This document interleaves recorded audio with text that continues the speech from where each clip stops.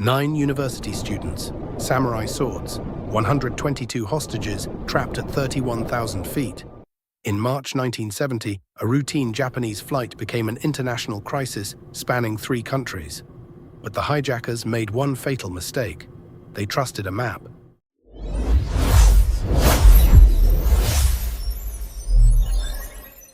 This is part 1 of a 2-part series.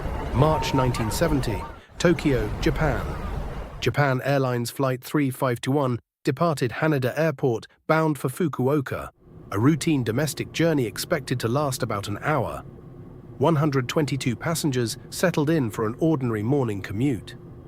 Among them sat remarkable strangers, a senior Pepsi Corporation executive, the bassist from an emerging rock band, a Catholic priest from New York. None could possibly anticipate what the next few hours would bring. At approximately 7:30 in the morning, as the aircraft glided past Mount Fuji's southern slopes, a young Japanese man rose from his seat. He had an announcement. He was seizing control of the aircraft. The man was Takamaro Tamiya, a 27-year-old recent university graduate. Surprisingly, the cabin didn't erupt in chaos. In 1970, airplane hijackings weren't yet classified as international crimes. Passengers felt uneasy, certainly, but the collective terror we'd expect today simply didn't exist. That changed the moment Tamiya drew a katana, an authentic samurai blade. The gravity of the situation suddenly became crystal clear. But 122 passengers proved too many for a lone assailant.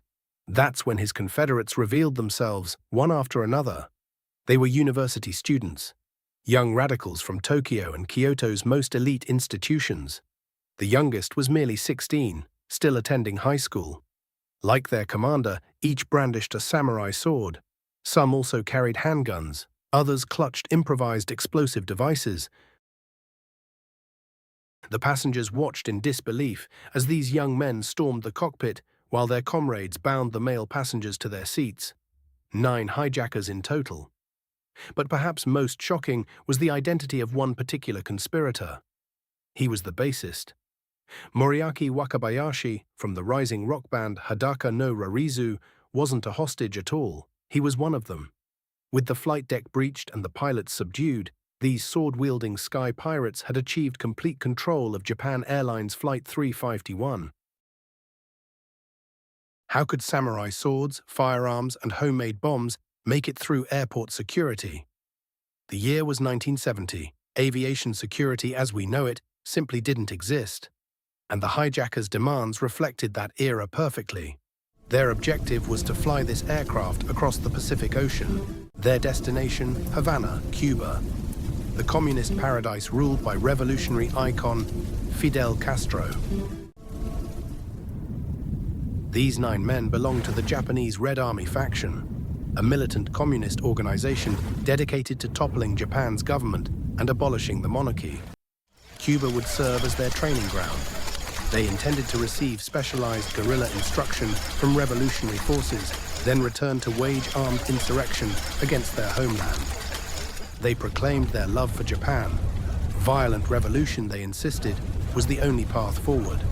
Beyond Japan, they harbored grander ambitions. They sought to ignite rebellion throughout Asia and eventually global revolution. Terror and bloodshed were merely tools for their cause. These weren't seasoned militants. They'd been recruited from leftist student organizations across Tokyo and Kyoto's universities.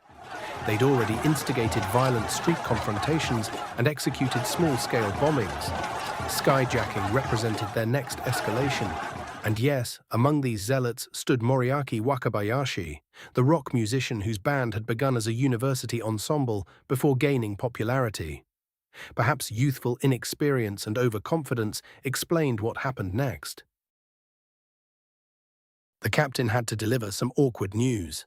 Reaching Cuba was physically impossible. Flight 3521 operated a Boeing 727, engineered exclusively for short to medium-range routes. Crossing the Pacific, let alone reaching the Caribbean, exceeded its capabilities entirely. The hijackers were stunned. This contingency had never occurred to them. But an even more urgent crisis loomed. The aircraft was nearly out of fuel, carrying only enough for the original Fukuoka route.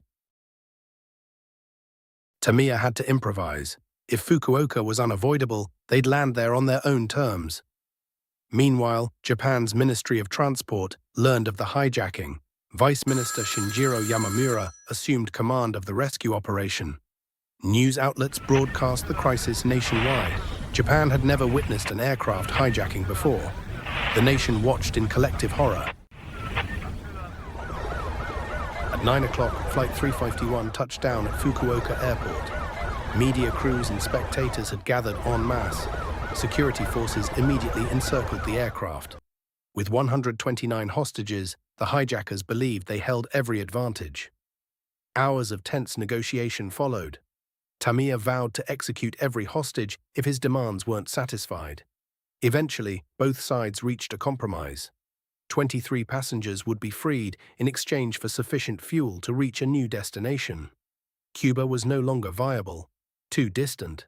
After deliberation, they settled on an alternative.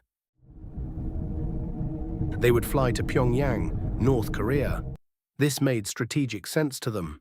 The Hermit Kingdom was another communist regime, governed by the revolutionary Kim Il-sung, grandfather to today's Kim Jong-un. The political statement would remain powerful. Furthermore, Pyongyang had always figured into their plans as a potential operations base for international revolution. They'd intended reconnaissance during their Cuba journey. This simply meant an extended detour. Once circumstances stabilized, they'd find another route to Havana. The agreement was finalized. Tamiya had prevailed and maintained 106 hostages as leverage. The Japanese negotiators secured the release of women, children, and elderly passengers, the most vulnerable. Better than nothing, but the majority remained trapped aboard. The pilots faced another challenge. They'd never navigated to North Korea. Without diplomatic relations, Japanese air traffic control couldn't communicate with Pyongyang. Airport officials hastily provided a map of the Korean peninsula. One other party was deeply troubled by these developments: the Central Intelligence Agency. Langley had dispatched agents for their own rescue operation. 2 American citizens remained hostage: Herbert Brill, the Pepsi executive, and Father Daniel MacDonald, the Catholic priest from New York. North Korea represented the worst possible destination. A nation notorious for international hostility, political isolation, and profound contempt for Americans. The situation had grown considerably grimmer. Flight 351 was now airborne, crossing the Tsushima Strait, traversing Korean mountain ranges, approaching the demilitarized zone. The 38th parallel divides the Korean peninsula into north and south. Once they crossed, there was no turning back. The pilots struggled with navigation. The countries shared no diplomatic channels.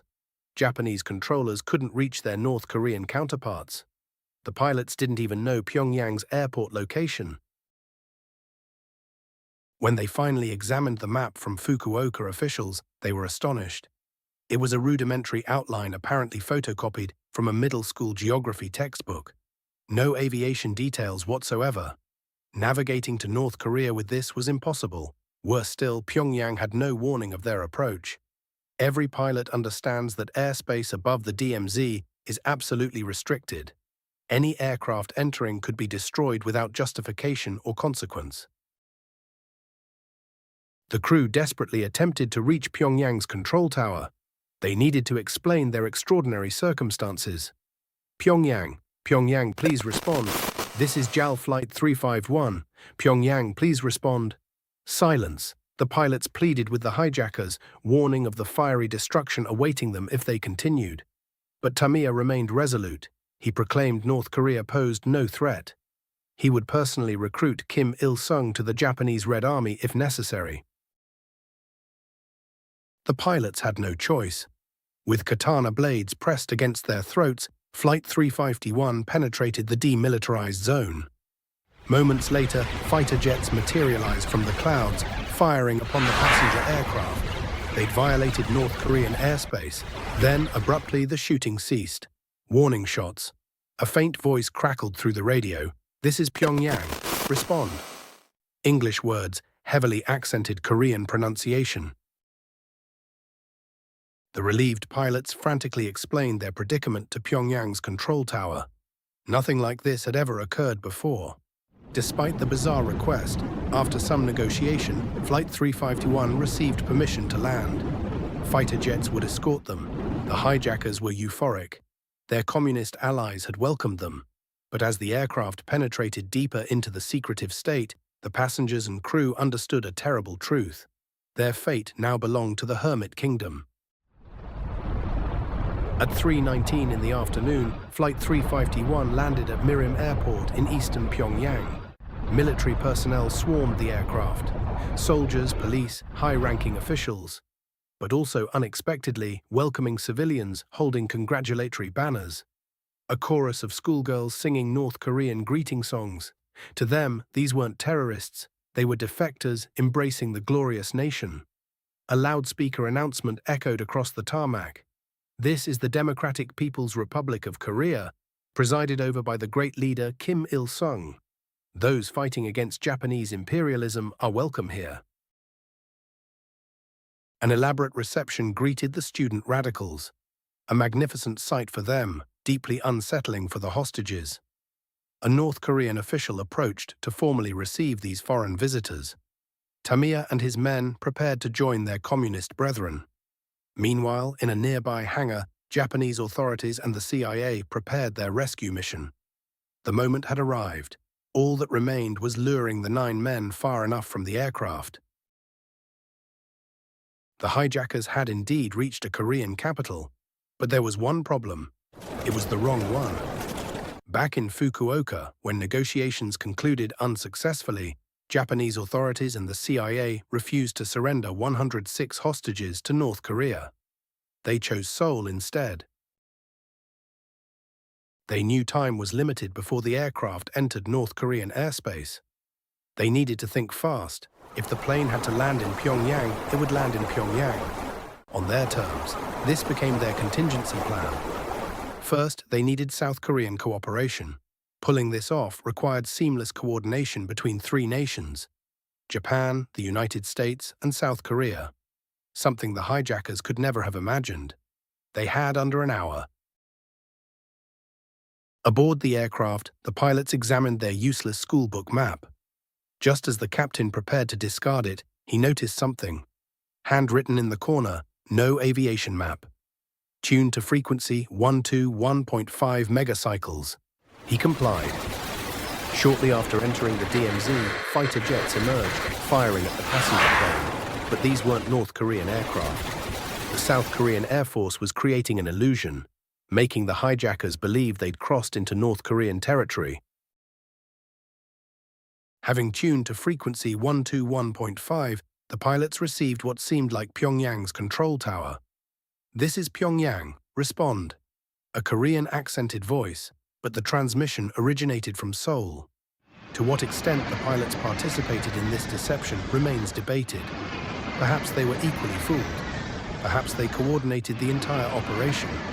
What's certain is that following instructions from that frequency, they guided Flight 351 back across the DMZ, landing at Seoul's Gimpo International Airport.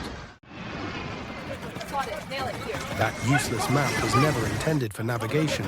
They were never going to Pyongyang. With the aircraft approaching, South Korean airport personnel raced to complete their hasty transformation.